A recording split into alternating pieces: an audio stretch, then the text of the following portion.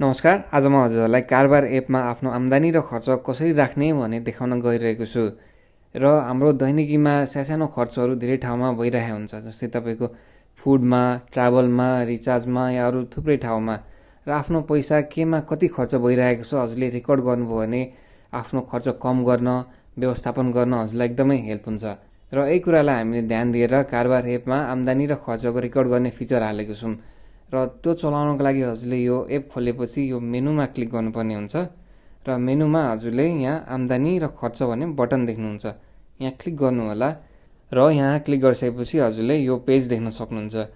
यहाँ तपाईँको जम्मा आम्दानी, खर्च र कुल रकम यहाँ देखाएको छ।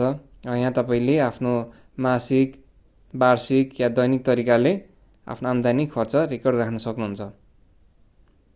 र यहाँ तल तपाईँको आम्दानी राख्ने र खर्च राख्ने बटन दिएको छ। र सर्वप्रथम यसमा आम्दानी र खर्च रेकर्ड गर्नको लागि हजुरले क्याटेगोरीहरू बनाउनु पर्ने हुन्छ। यसको लागि यहाँ क्याटेगोरीमा जानुहोस् र सुरुमा हजुरलाई यहाँ एक दुईवटा क्याटेगोरीहरू आफै दिएको हुन्छ, जस्तै आम्दानीमा स्यालेरी, इन्भेस्टमेन्ट, कमिसन, खर्चहरूमा हेल्थ, रिचार्ज, फुड। यसमा हजुरलाई ठिक लागे यही चलाउन सक्नुहुन्छ या यसलाई एडिट, डिलिट या नयाँ क्याटेगोरी पनि थप्न सक्नुहुन्छ। र यहाँ जस्तै हामी एउटा उदाहरणको लागि एउटा खर्च थपौँ। यसको लागि यहाँ प्लस आइकनमा क्लिक गर्नुपर्ने हुन्छ। र मानौँ यहाँ एउटा रेन्ट भन्ने एउटा खर्च रेकर्ड गरौँ।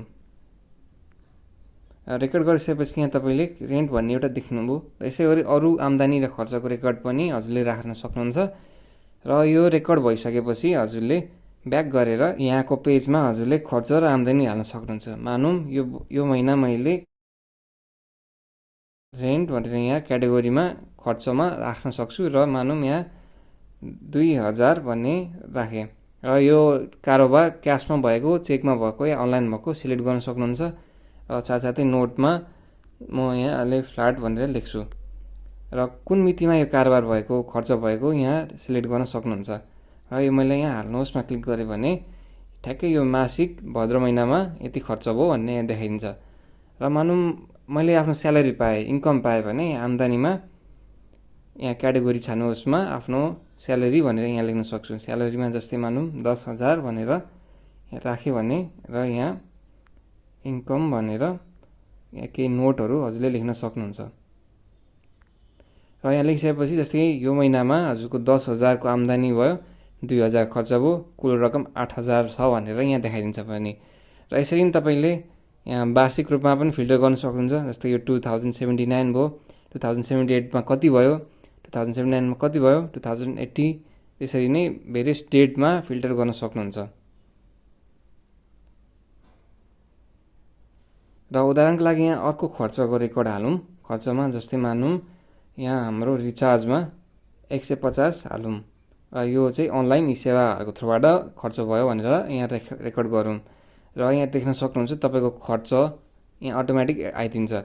र यो तपाईँले सबै क्याटेगोरीको खर्च र आम्दानी पनि यो क्याटेगोरीहरूबाट हेर्न सक्नुहुन्छ। जस्तै मानौँ यहाँ मैले रेन्टमा क्लिक गरेँ भने त्यो रेन्टमा भएको टोटल खर्चहरू यहाँ देख्न सक्नुहुन्छ। यहाँ ब्याक गरेर तपाईँको यहाँ स्यालेरीमा क्लिक गऱ्यो भने स्यालेरीमा भएको आम्दानीहरू यहाँ देख्न सक्नुहुन्छ। यसरी नै तपाईँको क्याटेगोरी अनुसार आफ्नो आम्दानी र खर्चको रेकर्ड राख्न सक्नुहुन्छ। र यसको रिपोर्टहरू पनि हजुरले हेर्न सक्नुहुन्छ।